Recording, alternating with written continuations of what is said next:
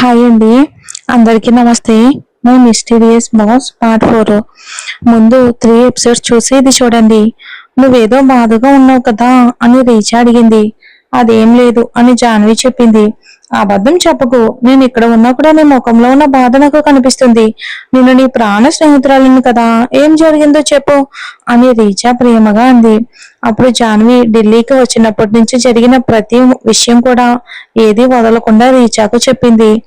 అదంతా విన్న రీచా కోపంతో ఊగిపోయింది. ఏంటి, అసలు నీ గురించి అలా అనుకున్నాడా? నువ్వు మధ్యతరగతి అమ్మాయివని తనకిష్టం వచ్చినట్లు మాట్లాడతాడు నీ బాస్. ఒక్కసారి నా చేతికి దొరకని ఎలా బుద్ధి చెప్తానో చూస్తావు అని కోపంగా అంది. రీచా మాటలు విన్న జాన్వి ఒక్కసారిగా నవ్వేసింది. ఇప్పుడు నవ్వడానికి ఏమైంది అని రీచా అడిగింది. నువ్వు సిద్ధార్థ్ సార్ని కర్ర పట్టుకుని తరుముతున్నట్లు ఊహించుకున్నాను. అంత పెద్ద కంపెనీ సీఈఓని నువ్వు కొడుతున్న దృశ్యం గుర్తొచ్చి నవ్వొచ్చింది అని జాన్వి నవ్వుతూ అంది. కొడతాను మరి, నా జానుని బాధ పెడితే ఊరుకుంటానా అని రీచా కూడా సరదాగా అంది. అది విని జాన్వి ఇంకా గట్టిగా నవ్వింది. అంతలోనే గది తలుపు తట్టిన శబ్దం వినిపించింది. రీచా, తర్వాత మాట్లాడతాను, ఎవరో తలుపు తడుతున్నారు అని జాన్వి మంచం మీద నుంచి లేస్తూ అంది. జాను, ముందు తలుపులో చిన్న చిన్న అద్దంలో నుంచి చూడు, ఎవరో తెలుసుకో. నువ్వు అక్కడ ఒంటరిగా ఉన్నావు కదా అని రీచా ఆందోళనగా అంది.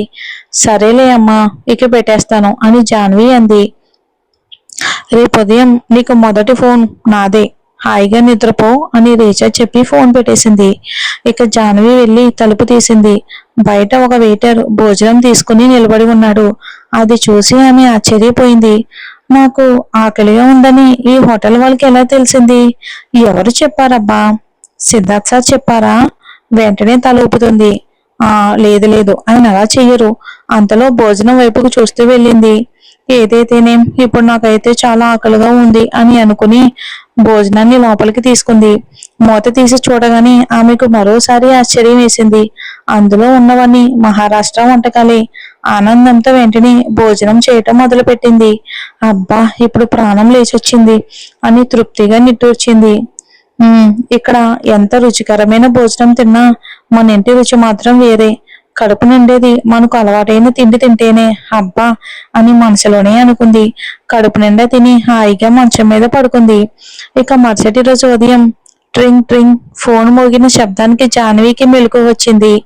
కానీ ఇంకా నిద్రమొద్దు పూర్తిగా వదలలేదు. ఖచ్చితంగా రీచానే అయి ఉంటుంది అనుకుని కళ్ళు కూడా సరిగ్గా తెరవకుండానే ఫోన్ ఎత్తింది. కాస్త నన్ను పడుకోనివ్వవే ప్లీజ్, ఇంకెంత ఏడిపిస్తావు అని నిద్ర మత్తులోనే అంది. అవతల నుంచి మాత్రం ఒక్క మాట కూడా వినిపించలేదు. జాన్వి ఏమీ ఆలోచించకుండా ఫోన్ కట్ చేసి మళ్ళీ పడుకుంది. కొద్దిసేపటికి మళ్ళీ ఫోన్ మోగింది. ఈసారి విసిగ్గా ఫోన్ ఎత్తి, నేనే కదా నీ జానుని, ఇక నన్ను విసిగించొద్దు ప్లీజ్ అని ముద్దుగా అంది. నేను కింద బ్రేక్ఫాస్ట్ హాల్లో ఉన్నాను, నువ్వు కూడా రావాలనే ఉద్దేశం ఉంటే అవతల నుంచి వినిపించిన ఆ గంభీరమైన గొంతు విని జాన్వి ఒక్కసారిగా ఉలిక్కిపడింది. కళ్ళను బాగా రుద్దుకుని ఫోన్ స్క్రీన్ వైపుకి చూసింది. సిద్ధార్థ్ సార్ అని పేరు కనిపించగానే మిగిలిన నిద్ర కూడా ఒక క్షణంలో ఎగిరిపోయింది. గబుక్కున మంచం మీద నుంచి లేచి వెంటనే కూర్చుంది. హలో హలో సార్ సార్ అని తడబడుతూ అంది. 10 నిమిషాలు అని అటు నుంచి గంభీరంగా వినిపించింది. ఏం అని ఆశ్చర్యంగా అడిగింది. ఇంకా 10 నిమిషాలు నువ్వు ఇక్కడ ఉండాలి అని ఈసారి మరింత కఠినంగా చెప్పేసి ఇక సిద్ధార్థ్ వెంటనే ఫోన్ కట్ చేశాడు. జాన్వి గుండె ఒక్కసారిగా గుబేలు కొట్టింది. భయంతో ఫోన్ మంచం మీద పడేసి గబగబా లేచి తయారవడానికి ఇక ఒక్కసారిగా టెన్షన్ గా ఆందోళన పడిపోయింది. ఇప్పుడు ఏం చేయాలి, పళ్ళు తోముకోవాలి, స్నానం చేయాలి, ఇవన్నీ చేసేసరికి కనీసం 15 నిమిషాలు పడుతుంది. వద్దొద్దులే, మొహం కడుక్కుని డ్రెస్ మార్చుకుని అలాగే వెళ్ళిపోతాను అని అనుకుంది. వెంటనే ముఖం కడుక్కుని డ్రెస్ మార్చుకుని కిందకి పరిగెత్తింది. వస్తూనే పదే పదే టైం వైపుకి చూస్తుంది. అప్పటికి 10 నిమిషాలు దాటిపోయాయి. గుండె వేగంగా కొట్టుకోవటం మొదలయ్యింది. అంతలో ఎదురుగా ఒక టేబుల్ దగ్గర సిద్ధార్థ్ కూర్చొని కనిపించాడు. అతని దగ్గరకు పరిగెత్తుకుంటూ వెళ్తూ ఉండగా మధ్యలో ఒక వెయిటర్ని ఢీకొట్టింది. నిజంగా సారీ అంటూ వెంటనే చేతులు జోడించి క్షమాపణ చెప్పింది. ఆ వెయిటర్ మాత్రం చిన్నగా నవ్వి, పర్లేదులే మేడం అన్నట్టుగా తలూపాడు. దూరం నుంచే జాన్వి చేస్తున్న హడావుడంతా సిద్ధార్థ్ గమనిస్తున్నాడు. ఎందుకో తెలియదు గాని అతని పెదవులపై క్షణం పాటు చిరునవ్వు మెరిసింది. అయితే మరుసటి క్షణమే అది మాయమైపోయింది. గుడ్ గుడ్ మార్నింగ్ సార్ అంటూ ఊపిరి పీలుస్తూ జాన్వి అతని ముందు నిలబడింది. సిద్ధార్థ్ తన చేతి గడియారం వైపు చూశాడు. అప్పటికే 12 నిమిషాలు అయిపోయాయి. ఏమీ మాట్లాడకుండా ఎదురుగా ఉన్న కుర్చీలో కూర్చోమని కళ్ళతోనే సైగ చేశాడు. సారీ సార్ అని జాన్వి తల వంచుకుని అంది. సమయానికి రావటం అలవాటు చేసుకో అని అతను ఒక్క మాట మాత్రమే అన్నాడు. ఆ తర్వాత ఇద్దరూ నిశ్శబ్దంగా టిఫిన్ చేయటం మొదలుపెట్టారు. తినడం పూర్తయ్యాక సిద్ధార్థ్ మనం బయటికి వెళ్తున్నామని చెప్పాడు. ఎక్కడికి ఎందుకు అని అడగాలని జాన్వికి అనిపించింది. కానీ ధైర్యం చేయలేక సైలెంట్ గా అతని వెంటే నడిచింది. హోటల్ బయట అప్పటికే వాళ్ళ కోసం కారు సిద్ధంగా ఉంది. ఇద్దరూ అందులో కూర్చున్నారు. కొద్దిసేపు మౌనంగా ప్రయాణించిన తర్వాత జాన్వి ధైర్యం చేసి మనం ఎక్కడికి వెళ్తున్నాం సార్ అని అడిగింది. మాల్కి అని ఫోన్ చూస్తూనే సమాధానం ఇచ్చాడు. మాల్కి ఎందుకు అని ఆమె అయోమయంగా అడిగింది. ఇప్పుడు అడగకు, అక్కడికి వెళ్ళాక నీకే తెలుస్తుంది అని కొంచెం విసుగ్గానే అన్నాడు. మరి కొద్దిసేపటికి కారు ఒక పెద్ద మాల్ ముందు ఆగింది. ఇద్దరు లోపలికి వెళ్లారు. సిద్ధార్థ్ నేరుగా ఆమెను బట్టల షాపులో ఉన్న అంతస్తుగా తీసుకెళ్లాడు. జాన్వి చుట్టూ చూస్తూ నడుస్తుంది. అక్కడున్న బట్టలన్నీ చాలా అందంగా ఉన్నాయి. కానీ అవన్నీ ఆధునిక నమూనాలు ఉండడమే కాకుండా ధరలు కూడా చాలా ఎక్కువగా ఉన్నాయి. బహుశా సిద్ధార్థ్ సార్ ఎవరికో బట్టలు కొనడానికి వచ్చి ఉంటారు. కావచ్చు, నేహా కోసమే అయి ఉంటుంది అని మనసులోనే అనుకుంది. బహుశా నేహా కోసమే బట్టలు కొనడానికి వచ్చి ఉంటారు అని జాన్వి అనుకుంటూ ఉండగా సిద్ధార్థ్ ఒక డ్రెస్ తీసుకుని ఆమె ముందుకు చాచాడు. జాన్వి ఒక్కసారిగా ఆశ్చర్యపోయి అతని వైపుకు చూసింది. వెళ్ళి వేసుకుంట్రా అని సిద్ధార్థ్ అన్నాడు. ఆ మాట విని జాన్వి షాక్ అయిపోయింది. విగ్రహంలో అలాగే నిలబడిపోయింది. ఏంటి చెప్పింది వినిపించలేదా? వెళ్ళి ట్రై చేసిరా అని అతను మళ్ళీ గట్టిగా అన్నాడు. జాన్వి స్పీడ్గా అతని చేతుల నుంచి ఆ డ్రెస్ తీసుకుంది.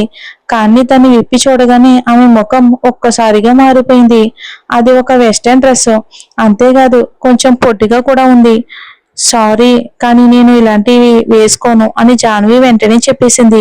ఆ మాట వినిగానే సిద్ధార్థ్ ముఖం మారిపోయింది. అతని కళ్ళల్లో కోపం క్లియర్ గా కనిపించింది. బహుశా అతనికి ఎవరి నుంచి వద్దు అనే సమాధానం విని అలవాటు లేదేమో. మిస్ జాన్వి, నేను ఈ డ్రెస్ మీకు నా ఇష్టంతో బహుమతిగా కొనడం లేదు. ఇక నేహ ఇక్కడ ఉండుంటే నేను ఇక్కడికి తీసుకురావాల్సిన అవసరమే వచ్చేది కాదు. కానీ ఇప్పుడు నా దగ్గర మరో మార్గం లేదు. రేపు సాయంత్రం మన క్లయింట్లు ఒక పార్టీ ఏర్పాటు చేశారు. ఆ పార్టీకి నువ్వు కూడా నాతో రావాలి. ఇది నా కంపెనీ పరువు ప్రతిష్టకు సంబంధించిన విషయం అని కోపంగా అన్నాడు. అంతే, జాన్వి ఏమంటుందో కూడా ఆగకుండా ఆ డ్రెస్ ని ప్యాక్ చేయమని ఇక సేల్స్ మ్యాన్ కి చెప్పేశాడు. జాన్వి మాత్రం సైలెంట్ గా నిలబడి చూసింది. ఆ పరిస్థితిలో ఆమె నోటి నుంచి ఒక మాట కూడా రాలేదు. జాన్వి కొంచెం నిరాశతోనే హోటల్ కి తిరిగి వచ్చింది. డ్రెస్ కొన్న తర్వాత సిద్ధార్థ్ ఆమెతో ఒక మాట కూడా మాట్లాడలేదు. నేరుగా తన గదికి వెళ్ళిపోయాడు. జాన్వి మాత్రం హోటల్ అంతా తిరుగుతూ చూస్తూ ఉంది. ఈ రోజు ఆమెకు ఖాళీ సమయం దొరకడంతో ఇంత విలాసవంతమైన హోటల్ను దగ్గరగా చూసే అవకాశాన్ని వదులుకోవాలి అనుకోలేదు. అంతలో ఎదురుగా హోటల్ మేనేజర్ వస్తూ కనిపించాడు. వెంటనే నిన్న రాత్రి తన గదికి పంపించిన భోజనం గుర్తొచ్చింది. అతన్ని చూసి చిరునవ్వుతో పలకరించింది. హలో సార్ అని జాన్వి అంది. హలో మేడం, చెప్పండి, మీకేమైనా హెల్ప్ కావాలా అని మేనేజర్ మర్యాదగా అడిగాడు.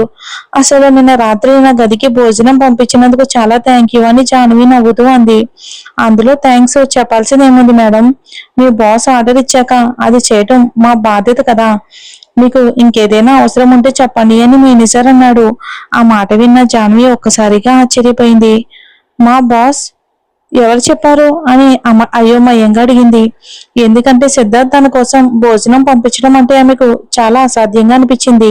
మేడం, మీతో వచ్చిన మీ బాస్ మిస్టర్ సిద్ధార్థ్ భోస్లే గారే నాకు ఫోన్ చేసి మీకోసం ప్రత్యేకంగా మహారాష్ట్ర వంటలు చేయమని చెప్పారు. యాదృచ్ఛికంగా నేను మహారాష్ట్ర వాళ్ళమే. అందుకే ఏ ఏ వంటలు ఎలా చేయాలో కిచెన్ వాళ్ళకు నేనే చెప్పాను. ఆయన మీకు చెప్పలేదా అని మేనేజర్ అడిగాడు. ఆ చెప్పే ఉంటారు, బహుశా మర్చిపోయి ఉంటాను అని జాన్వి తడబడుతూ చెప్పింది. నిజానికి ఆమె ఎంతగా షాక్ లో ఉంది. మేనేజర్ ఇంకా ఏం మాట్లాడుతున్నాడో కూడా ఆమెకు అసలు ఏమీ అర్థం కాలేదు, వినిపించలేదు. సరే సరే మేడం, నాకు కొంచెం పని ఉంది, నేను వెళ్తాను అని చెప్పి మేనేజర్ అక్కడ నుండి వెళ్ళిపోయాడు. జాన్వి మాత్రం అక్కడే నిలబడి ఆలోచనలో మునిగిపోయింది. నిజంగానే సిద్ధార్థ్ సార్ నా కోసం భోజనం పంపించారా? అది నాకు ఇష్టమైన వంటకాలు అవి కూడా నాకు చేయమని వాళ్ళకి చేయమని ప్రత్యేకంగా చెప్పారా? లేదు లేదు, ఇది అసలు నమ్మలేకపోతున్నాను. అసాధ్యం. నిన్నంత అవమానించారు, ఈ రోజు కూడా ఎంత కోపంగా మాట్లాడ్డారు. అలాంటి ఆయన నా గురించి ఎలా ఆలోచిస్తారని నేను ఊహించలేదు అని మనసులోని నన్ను ఒక్క మాట కూడా మాట్లాడనివ్వరు. నా మాట వినరు కూడా. అలాంటి ఆయన నా కోసం భోజనం పంపిస్తారా? అసలు అది ఎలా సాధ్యం? కానీ మేనేజర్ ఎందుకు అలా చెప్పాడు అని ఆలోచిస్తూ జాన్వి లిఫ్ట్ లోకి అడుగుపెట్టింది. ఆమె ముఖంలో అయోమయం స్పష్టంగా కనిపిస్తుంది. హలో! పక్కనే వినిపించిన స్వరానికి ఉలిక్కిపడి చూసింది. నిన్న తనకు అనుకోకుండా ఢీకొట్టిన అదే వ్యక్తి అక్కడ నిలబడి ఉన్నాడు. గుర్తుపట్టారా? నేను విశాల్. నిన్న మనిద్దరం అనుకోకుండా ఢీ కొట్టుకున్నాం అని నవ్వుతూ అన్నాడు. ఆ ఆ, అవునవును గుర్తుంది అని జాన్వి చిన్నగా నవ్వుతూ అంది. చాలా బాగుంది అని విశాల్ చిరునవ్వు చిందించాడు. నిన్న కాస్త హడావుడిగా ఉండిపోయింది, మీతో సరిగ్గా మాట్లాడలేకపోయాను, సారీ అని జాన్వి అంది విశాల్తో. పర్లేదు, నిన్న మీతో ఉన్న వ్యక్తి మీ బాస్నా అని విశాల్ అడిగాడు. అవును అని జాన్వి చెప్పగానే లిఫ్ట్ తలుపులు తెరుచుకున్నాయి. ఇద్దరు బయటికి నడిచారు. మీ బాస్ చాలా గర్వంగా ఉంటారు, అలాంటి వ్యక్తితో ఎలా పనిచేస్తారు అని విశాల్ నడుస్తూనే అన్నాడు. ఆ మాట విన్న జాన్వికి ఎందుకో ఒక్కసారిగా కోపం వచ్చింది. ఆయన ఎవరు సిద్ధార్థ్ సార్ గురించి ఎలా మాట్లాడడానికి అని మనసులోనే అనుకుంది. అయినా బయటికి మాత్రం ఏమీ చెప్పకుండా మౌనంగా నడిచింది. సరే నేను వెళ్తాను, నా గది వచ్చేసిందని జాన్వి అంది. ఒక నిమిషం, మీ ఫోన్ నెంబర్ ఇస్తారా? ఎప్పుడైనా మహారాష్ట్రకు వచ్చినప్పుడు లేదా ఇక్కడే మళ్ళీ కలిసినా ఉపయోగపడుతుంది అని విశాల్ చిరునవ్వుతో అన్నాడు. జాన్వికి అతనికి నంబర్ ఇవ్వాలని అస్సలు అనిపించలేదు. కానీ ఎదుటి వారిని నొప్పించడం ఆమె స్వభావం కాదు. నేను తర్వాత ఎప్పుడైనా ఇస్తాను, ఇప్పుడు నాకు కొంచెం పని ఉంది అని మాట దాటేయాలని చూసింది. అంటే నాకు ఇవ్వాలని అనిపించడం లేదా? నన్ను నమ్మొచ్చు అని విశాల్ మళ్ళీ నవ్వుతూ అన్నాడు. ఇప్పుడు జాన్వికి అసలు ఏం చేయాలో అర్థం కాలేదు. మర్యాద కోసం కూడా అతన్ని కఠినంగా తిరస్కరించలేకపోయింది. ఇంకా చివరికి తనకి ఇష్టం లేకపోయినా తన ఫోన్ నెంబర్ ఇచ్చేసింది. చాలా థ్యాంక్ యూ, భయపడొద్దు, నేను పదే పదే ఫోన్ చేసి ఇబ్బంది పెట్టను, మళ్ళీ ఎప్పుడో ఒకసారి కలుద్దాం, బాయ్ అని విశాల్ చెప్పి అక్కడ నుండి వెళ్ళిపోయాడు. అమ్మయ్య, వెళ్ళిపోయాడు అని సాన్వి నిట్టూర్చింది. అబ్బా, ఎంత మాట్లాడుతున్నాడో లొడా లొడా అని మనసులోనే అనుకుంటూ తన గది వైపుకు తిరిగింది. కానీ ఎదురుగా కనిపించిన దృశ్యం చూసి ఒక్కసారిగా ఆగిపోయింది. సిద్ధార్థ్ కారిడార్ లో నిలబడి ఫోన్ లో మాట్లాడుతున్నాడు. ఈసారి మాత్రం అతని చూపు నేరుగా జాన్వి మీదే నిలిచింది. అతని కళ్ళల్లోనే గంభీరమైన చూపు చూసి జాన్వి గుండె ఒక్కసారిగా గుబేలు పుట్టింది. జాన్వి తల వంచుకుని తన గది ముందు నిలబడి బ్యాగ్ లో నుంచి కీ కార్డు తీస్తుంది. అదే సమయంలో సిద్ధార్థ్ కోపంగా మాట్లాడుతున్న గొంతు ఆమె చెవిలో పడింది. ఎన్నిసార్లు చెప్పాను తెలియని వాళ్ళతో అంత తొందరగా దగ్గర అవ్వద్దని.